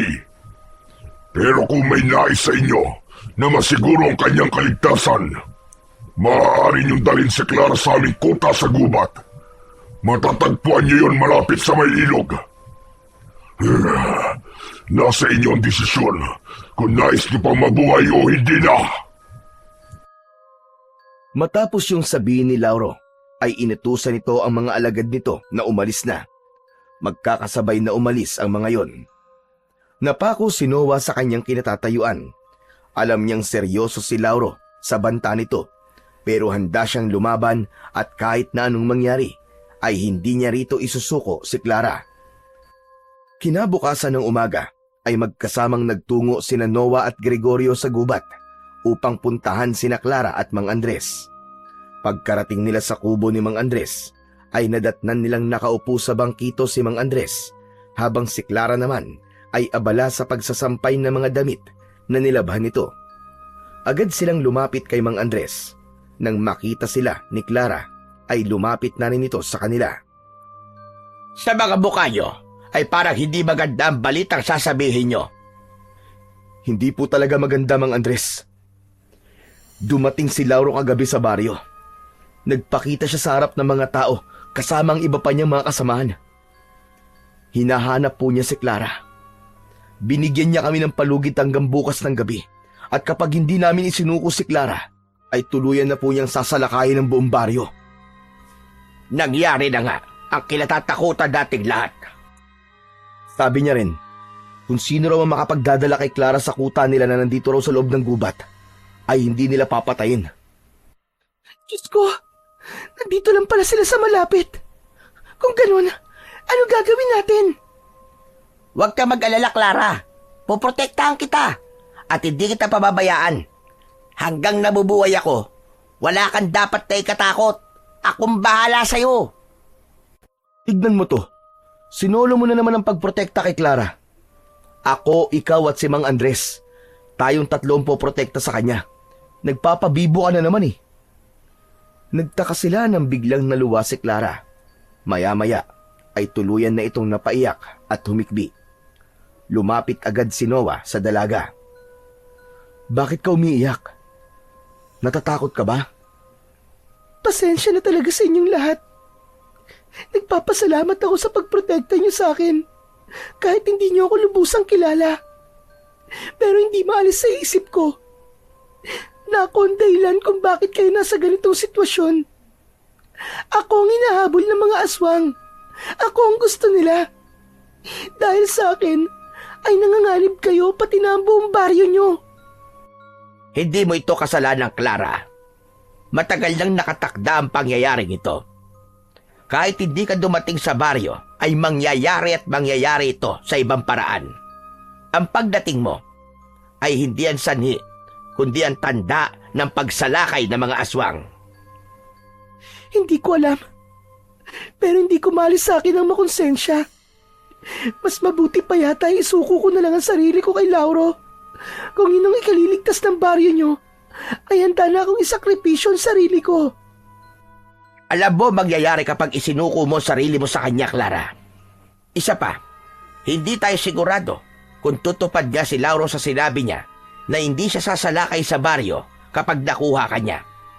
Tandaan mo, marami sa mga aswang ang tuso. Sa kabila ng mataas na emosyon ni Clara, ay nanatiling tahimik si Noah. Kanina pa siya nag-iisip ng dapat nilang gawin upang matalo si Lauro at ang mga alagad nito. Hanggang sa isang ideya ang biglang pumasok sa utak niya dahil sa sinabi ni Clara na isusuko na lang nito ang sarili niya kay Lauro. Tama si Clara. Ano? Anong ibig mo sabihin na tama siya? Mas mabuti nga siguro na isuko na lang natin siya. Ano? Naiibang ka na ba, Noah? Akala ko ba poprotektahan natin siya? Anong sinasabi mong isusuko na lang natin siya? Hindi yun ang ibig kong sabihin. May naisip akong paraan, Gregorio. Kung gusto ni Lauro si Clara, ay ibibigay natin siya. Marahang gumuhit sa labi ni Noah ang isang ngiti. Matapos yun, ay ipinaliwanag na niya ang gagawin nila at kahit ang mga kasama niya ay pumayag sa planong naisip niya. Alam nilang magiging mapanganib ang susunod nilang hakbang, ngunit para kay Clara at sa baryo, handa silang gawin ang lahat. Pagkatapos na makipag-usap kina Clara at Mang Andres, ay agad na bumalik sina Noah at Gregorio sa baryo. Tinipon nila ang lahat ng mga kalalakihan at kinausap nila mga ito ukol sa panganib na maaaring mangyari sa baryo nila mamayang gabi. Ipinahayag ni Noah ang plano nilang salakayin ng kuta ng mga aswang bago pa man maisakatuparan ni Lauro ang balak nitong salakayin ang kanilang lugar. Aniya, wala silang ibang mapagpipilian kundi ang lumaban kaysa ang mga aswang ang unang umatake sa kanila. Iba-iba ang naging tugon ng mga kalalakihan. May ilan na agad na tumanggi dahil hindi kayang ipagsapalaran ang sariling buhay sa laban na wala silang katiyakan kung mananalo sila. Ngunit may ilan ring hindi nagdalawang isip at nagsabi na handa ang mga ito na lumaban. Hindi man ganun karami ang nagkaroon ng lakas ng loob na lumaban. Para kay Noah ay sapat na yon upang magkaroon sila ng kahit na konting pag-asa na manalo sa laban nila mamayang gabi. Ipinaliwanag na rin ni Noah sa mga kalalakihang pumayag na umatake sa kuta ng mga aswang ang gagawin ng mga ito. Tiniguro niya na naintindihan ng lahat ang plano nila bago niya pinauwi ang mga yon. Kinagabihan, habang nasa kwarto niya si Noah sa kumbento, ay may narinig siyang katok sa pinto. Binuksan niya yon at bumungad sa kanya ang kaibigan si Gregorio na may dalang isang bayong. Agad niyang pinapasok ang kaibigan na bakas ang takot at kaba sa muka. "Dala mo na ba yung pinapadala ko sa'yo?" Tumango si Gregorio at inilapag ang bayong sa lamesa. Mula roon ay inilabas nito ang isang bulaklaking duster na may palamuti sa laylayan at isang kupas na balabal. Kay nanay to, tol. Paborito niyang duster to, kaya sigurado ako magagalit siya kapag nalaman niyang kinuha natin to. Huwag mo nang isipin ang galit ng nanay mo. Isipin mo na lang ang mga taong maliligtas mo dahil sa duster na yan. Sige na, magpalit ka na ng damit. Hindi na nagreklamo si Gregorio at pumasok na ito sa maliit na banyo sa kwarto ni Noah. Makalipas ang ilang minuto ay lumabas ito na suot ang duster. Nakasuot din sa ulo nito ang balabal na parang belo. Halata sa mukha nito ang kaba at pagkailang habang si Noah naman ay hindi mapigilang mapahagalpak ng tawa dahil sa itsura ni Gregorio. "Hanep pa! Nanay na nanay ang datingan mo dyan, Gregorio ah! Kamukha ka pala ni Aling Panyang na tindera ng coal sa palengke." Sige, tumawa ka lang ng tumawa. Kapag ikaw hindi tumigil sa pagtawa sa akin, aayaw ako dito. Ikaw na lang ang pagsusuotin ko nito. Ito naman di na mabiro. Masyadong matampuin. Alam mo, ikaw lang ang pwedeng magpanggap na si Clara kasi maliit ka eh. Baka kapag ako nagsuot niyan, makahalata kaagad si Lauro. Napailing na lang si Gregorio habang si Noah naman ay pinipigilan ang tumawa upang hindi na mapikon ang kanyang kaibigan. Bago umalis ng kumbento at magtungo sa kuta ng mga aswang, ay pumunta muna si Noah sa dating silid ni Father Sebastian. Nakasabit na sa likod niya ang krusipiho. Pagpasok niya sa silid ng pari, ay tumayo siya sa malaking larawan nito na nakasabit sa dingding. Saglit niya yung tinignan bago siya nagsalita na para bang nasa harapan lamang niya ang namayapang si Father Sebastian. "Father Sebastian, kung nasan ka man po ngayon, sana po'y gabayan niyo po kami. Hindi ko po alam kung tama po ang ginagawa ko. Pero ayoko masayang ang buhay ng mga tao rito. Gusto kong lumaban dahil naniniwala ko na ito rin ang gusto niyong mangyari. At ito ang tama." Ilang saglit pa siyang nanatili roon at pagkatapos ay nagdesisyon na siyang lumabas ng simbahan. Sa labas ng simbahan ay naroon na si Gregorio at ang mga kalalakihan na sasama sa laban nila. Lahat ay may kanya-kanyang dalang sandata, gaya ng itak, sibat at matitigas na kahoy. Matapang na humarap si Noah sa lahat ng naroon. "Alam niyo na ang gagawin niyo mga kasama. Walang puwang para magkamali ang kahit na isa sa atin. Dahil hindi lang buhay natin ang nakasalalay dito, kundi buhay ng lahat ng tao sa baryo natin. Matapos yun, ay nagsimula na silang maglakad patungo sa kuta ni na Lauro na nasa gubat. Kinakabahan at natatakot si Noah, pero ayaw niya yung ipakita sa mga kasama niya dahil alam niya na lahat ng naroon ay sa kanya humuhugot ng lakas ng loob. Bawat takbang niya ay sinasamahan niya ng pagdadasal na sana ay magtagumpay sila sa gabing yun. Mabigat ang bawat takbang ni Noah habang binabagtas nila ni Gregorio at ng mga kalalakihan ang masukal na daan patungo sa kuta ng mga aswang. Sa kabila ng katahimikan ng gabing yun, alam niya na sa kanilang destinasyon ay naroon ang mangyayaring malaking kaguluhan. Noah, pakiramdam ko, pinagtatawanan ako ng mga kasama natin. Bakit ba kasi kailangan ko pa magpanggap na si Clara eh? Pwede namang sugurin na lang natin kagad yung mga aswang sa kuta nila. Doon din naman ang punta ng plano natin ito, hindi ba? Hindi maganda na umatake tayo kagad. Mas mabuti kung iisipin nilang wala tayo o ako ron para makipaglaban. Kapag bababa ang depensa nila, mas malaki ang tsansa nating manalo. Tumango si Gregorio, bagamat halatang hindi pa rin ito gusto ang kasalukuyang papel na ginagampanan sa planong yun ni Noah. Nang malapit na sila sa ilog, ay nagbigay na ng hudyat si Noah. Isa-isa nang naghiwa-hiwalay ang mga kalalakihan at nagsimulang magtago sa likod ng mga puno at makakapal na halaman, hanggang sa si Gregorio na lamang ang naiwan sa tabi ni Noah. Wala silang kibuan hanggang sa maging si Gregorio ay nagtago na rin sa likod ng isang puno nang matanaw na nila ang ilog kung saan nagkukuta ang mga aswang. Mas lalo pang nilakasan ni Noah ang loob nang mag-isa na lang siyang naglalakad. Natanaw na niya ang mga aswang na naroroon na nagtitipon pa na tila naghahanda na sa pagsalakay sa kanilang baryo.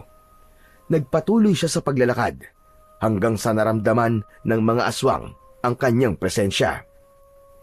Parang mga gutom na hayop na mabilis na sumugod ang mga yon kay Noah. Huminto siya dahil kagad siyang napalibutan ng mga aswang. Agad naman niyang itinaas ang dalawang kamay bilang senyales na wala siya roon para makipaglaban. Mula sa kung saan ay narinig ni Noah ang malalim at nakakakilabot na boses ni Lauro.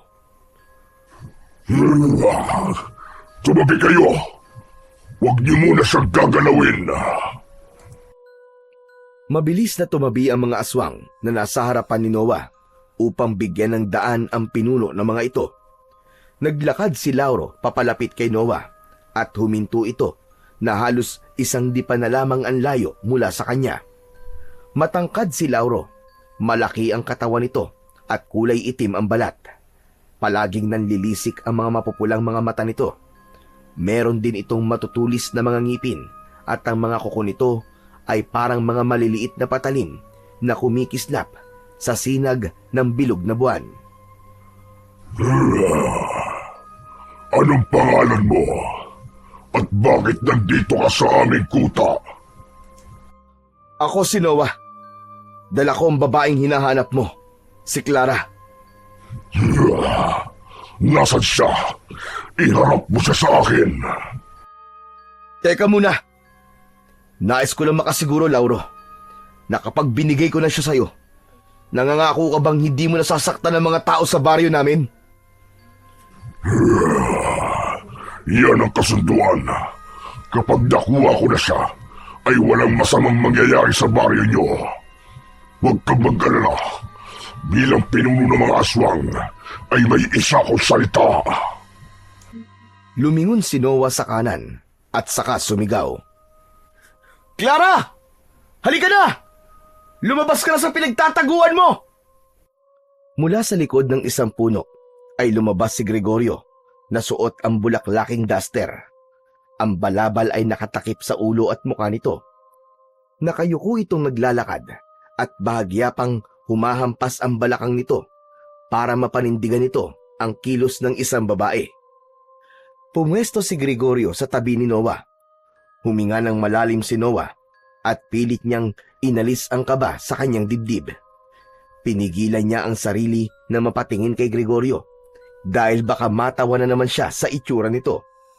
Alam niya na isang maling galaw lang niya ay maaaring maging mitya upang makaramdam kagad si Lauro na hindi si Clara ang nasa harap niya. Narito na si Clara. Kunin niyo na siya at umalis na kayo. Gaya na napagkasunduan natin. Tahimik lang si Lauro habang tinititigan si Gregorio na alam niyang si Clara. Habang nakatitig si Lauro kay Gregorio, ay walang tigil sa pagdarasal si Noah na sana ay hindi magduda si Lauro na hindi si Clara ang taong nasa harapan nito. Ipinatong niya ang kamay niya sa balikat ng nakayukong si Gregorio. Sige na, sumama ka na sa kanya, Clara. Isipin mo na lang na ginagawa mo to para sa kaligtasan ng mga tao sa baryo.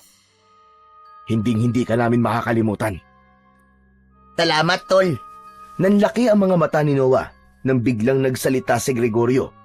Marahil ay masyado itong nadala sa eksena, kaya ito biglang nagpasalamat sa kanya. Maging si Lauro ay nagulat din at mas lalong nanlaki ang mga mata. Hinablot at hinila ni Lauro ang balabal na nakatakip sa muka ni Gregorio. Hindi ikaw si Clara! Niloloko niyo ako! Hindi! Ako talaga si Clara! Maniwala ka! Naging ganito lang ang itsura ko kasi nakatapak ako ng duwende. Pinarusahan niya ako pero babalik din ang mukha ko sa dati pagkalipas ng ilang araw. Niloko niyo ako! Pagbabayaran niyong ginawa niyong ito at sisiguraduhin kong hindi na kayo makakalabas pa ng buhay sa gubat na ito! Alam ni Noah na hindi yun ang orihinal nilang plano, pero wala na siyang magagawa dahil nangyari na ang hindi dapat mangyari. Inilagay niya ang dalawa niyang daliri sa bibig at malakas siyang pumito. Mula sa iba't ibang direksyon ay biglang nagsulputan ang mga kalalakian mula sa kanilang mga pinagtataguan habang hawak ang kani-kanilang mga sandata. Sabay-sabay na sumugod ang mga yon na ikinagulat ng mga aswang. Agad namang inilabas ni Gregorio ang itak mula sa loob ng duster nito, habang si Noah ay inabot ng dalawang kamay ang magkabila ang dulo ng krusipiho na nasa kanyang likod, at mula roon ay hinugot niya ang dalawang balaraw. Isang aswang ang agad na sumugod kina Noah, pero inunahan niya ito ng saksak ng balaraw sa dibdib. Agad itong nilamon ng apoy hanggang sa tuluyan niyong naging abo. Hindi na nag-aksaya pa ng oras si Noah. Umikot siya sa paligid at lahat ng aswang na kanyang nakita ay sinasaksak niya gamit ang kanyang mga balaraw. Labis ang determinasyon niyang manalo sa laban, lalo na't nakikita niya ang mga kasamahan niya na matapang din na nakikipaglaban sa mga aswang. Sandaling huminto si Noah upang hanapin si Lauro. Luminga siya sa paligid pero hindi niya makita kung saan nagpunta ang pinuno ng mga aswang. Sa paligid niya ay patuloy ang pakikipaglaban ng mga kasama niya sa mga aswang, pero alam niya na sa sandaling yon, ang kailangan niyang makaharap ay si Lauro, ang pinuno ng mga aswang. Lauro! Magpakita ka! Harapin mo ako, duwag! Laking gulat ni Noah nang may biglang sumunggab sa likod niya at kinagat siya ng mariin sa kanyang balikat. Naramdaman niya ang pagbaon ng matutulis na ngipin sa kanyang laman, kaya impit siyang napasigaw. Kahit hindi niya nakikita kung sino ang nasa likod niya, alam niyang si Lauro yon. Kapag napatay ko na kayong lahat dito, ay isusunod ko na ang mga tao sa baryo nyo. Wala akong ititira bilang kabayaran sa panluloko nyo sa pinuno ng mga aswang na kagaya ko. Sa tingin mo ba, ay hahayaan kong mangyari yon? Mahigpit na hinawakan ni Noah ang dalawang balaraw at sinaksak niya yon ng sabay sa magkabila ang balikat ni Lauro, na naging dahilan para mapasigaw ito at mapaatras. Ngunit hindi nagliyab si Lauro matapos itong masaksak ni Noah ng balaraw. Nagkaroon ito ng sugat, pero hindi ito naging abo gaya ng mga alagad nito. Sa pagkakataon na yon, ay napagtanto ni Noah na tunay na hindi ordinaryong aswang lamang si Lauro. Matalim ang mga matang tinignan ni Lauro si Noah. Ngumisi ito ng malaki at mabilis nitong hinugot ang 2 balaraw na nakabaon sa magkabilaan nitong balikat. Matapos yun ay itinapon nito ang mga balaraw sa malayo. Ngayon sabihin mo, ano panlaban mo sa akin?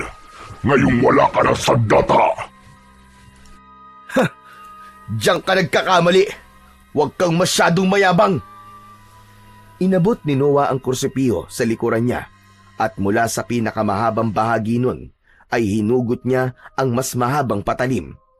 Nanlaki ang mga mata ni Lauro nang makitang meron pa palang natatagong sandata si Noah. Kahit na ano pang sandata ang ilabas mo, ay hindi ka pa rin mananalo sa akin. Biglang tumakbo si Lauro palapit kay Noah. Ngunit nang malapit na ito sa kanya, ay bigla itong kumabig pakaliwa at inikutan siya ng mabilis. Alam niyang nililito siya ni Lauro, lalo na't wala siyang ideya kung kailan ito aatake. Pero tinalasan ni Noah ang kanyang mata. Ramdam niya na bibigyan siya ng kakayahan ng mutya ng araw na nasa krusipiyo para masundan niya ang mabilis na galaw ni Lauro. Hanggang sa umatake na si Lauro kay Noah, iniumang nito ang matatalas nitong kuko sa kanya, pero sinalag niya yon gamit ang kanyang patalim. Nanlisik ang mga mata ni Lauro nang masugatan ang kamay nito, ngunit hindi yun sapat para sumuko ang kalaban ni Noah. Mas lalo na itong nagalit sa kanya. Nagpalitan sila ng mabibilis at mababangis na atake. Muntik nang makalmot ni Lauro si Noah sa dibdib, pero mabilis siyang nakaatras.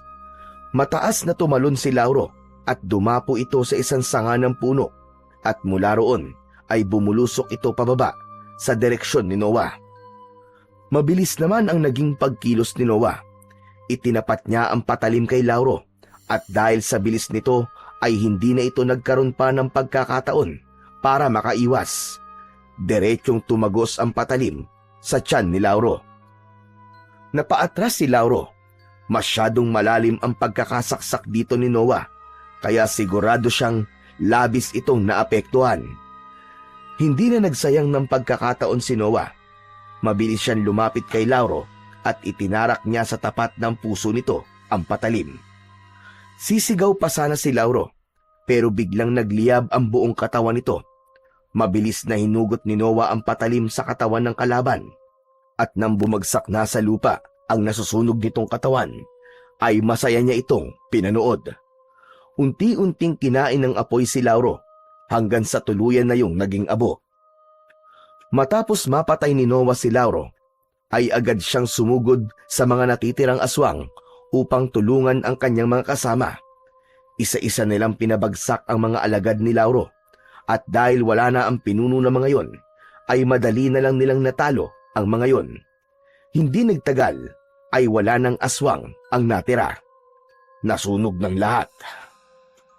Nagsigawan sina Noah dahil sa kasiyahan at tagumpay nila sa laban sa mga aswang. Nakangiting lumapit si Gregorio kay Noah at inabot nito ang 2 balaraw na itinapon kanina ni Lauro. Tahimik naman na kinuha ni Noah ang mga yon at magkasabay niya yung ibinalik sa krusipiyo. Sunod niyang ibinalik ang mahabang patalim doon. Hindi nagtagal doon sina Noah at nagsimula na silang maglakad palabas ng kagubatan. Hindi na sila makapaghintay na sabihin sa mga tao sa baryo nila na ligtas na silang lahat sa banta ng mga aswang at wala na silang dapat na ikatakot. Matapos na magtungo sa baryo nila, ay sunod na nagpunta sina Noah at Gregorio sa bahay ni Mang Andres. Pagpasok nila sa kubo ng matanda, ay nakita nila na nagdadasal sina Mang Andres at Clara. Naramdaman ng mga ito ang presensya nila, kaya agad na tumayo ang dalawa sa pagkakaluhod at sinalubong sila. Wala na. Tapos na. Napatay na namin si Lauro at wala na rin natira sa mga alagad niya. Kaya malaya ka na, Clara. Malaya na rin ang baryo namin. Agad na tumingin si Clara kay Gregorio. Napansin ni Noah ang kakaibang ningning sa mga mata nito. Tila hindi nakapagpigil si Clara at mahigpit nitong niyakap si Gregorio. Akala ko hindi na ulit kita makikita, Greg. Salamat sa Diyos at buhay ka. Napatingin si Noah sa dalawa at napakunot ang noo niya. Sandali nga lang. Kayong dalawa? May hindi ba kayo sinasabi sa akin, ha? Biglang lumuwag ang pagkakayakap ni Clara kay Gregorio. Napaatras ito at napayuko. Si Gregorio naman ay napakamot sa batok at umiwas ng tingin kay Noah. Aba, Noah, hindi mo ba alam? Palaging magkausap ang dalawang yan habang naglalakad dito sa gubat. Walang Jo. Ang tilik mo rin talaga no, Gregorio? Pero di bale, saka na natin pag-usapan yan. Ang mahalaga ay buhay tayong lahat at ligtas na ang baryo natin at si Clara mula kay Lauro at sa mga alagad niya. Maraming salamat, Noah. Huwag ka lang sa akin magpasalamat, Clara. Hindi ko yun magagawa kung wala si Gregorio, ang mga kalalakihan sa baryo, at ang krusipiyo ni Father Sebastian. At syempre, ang mutya ng araw ni Mang Andres at sa pagtuturo niya sa akin. Pero hindi natin maitatanggi na napakalaki ng ambag mo sa pagkapanalo natin laban sa mga aswang, Noah. Sigurado ko na kung nasaan man si Sebastian ngayon, ay masayang masaya siyang nakatingin sa iyo at labis kanyang ipinagmamalaki. Hindi napigilan ni Noah ang mapaluha nang mabanggit ni Mang Andres si Father Sebastian. Naniniwala si Noah na kahit wala na si Father Sebastian, ay patuloy pa rin siya nitong ginagabayan sa lahat ng bagay, lalo na habang nakikipaglaban sila kanina sa mga aswang. Makalipas ang ilang araw, ay tuluyan ng bumalik sa normal ang takbo ng buhay sa baryo ni Noah. Pinili ni Clara na manatili roon at hindi na rin nito inilihim ang relasyon nito kay Gregorio. Samantala, si Noah ay piniling tahakin ng landas ng pananampalataya. Isa yung desisyon na bunga ng kanyang paghanga at pasasalamat kay Father Sebastian. Sa loob ng seminaryo, ay mas pinanday niya ang kanyang pananalig, lakas ng loob at malasakit sa kapwa. Makalipas lamang ang ilang taon, bumalik si Noah sa kanilang baryo bilang bagong pari sa simbahan nila roon. Siya rin ang paring nagkasal kina Gregorio at Clara.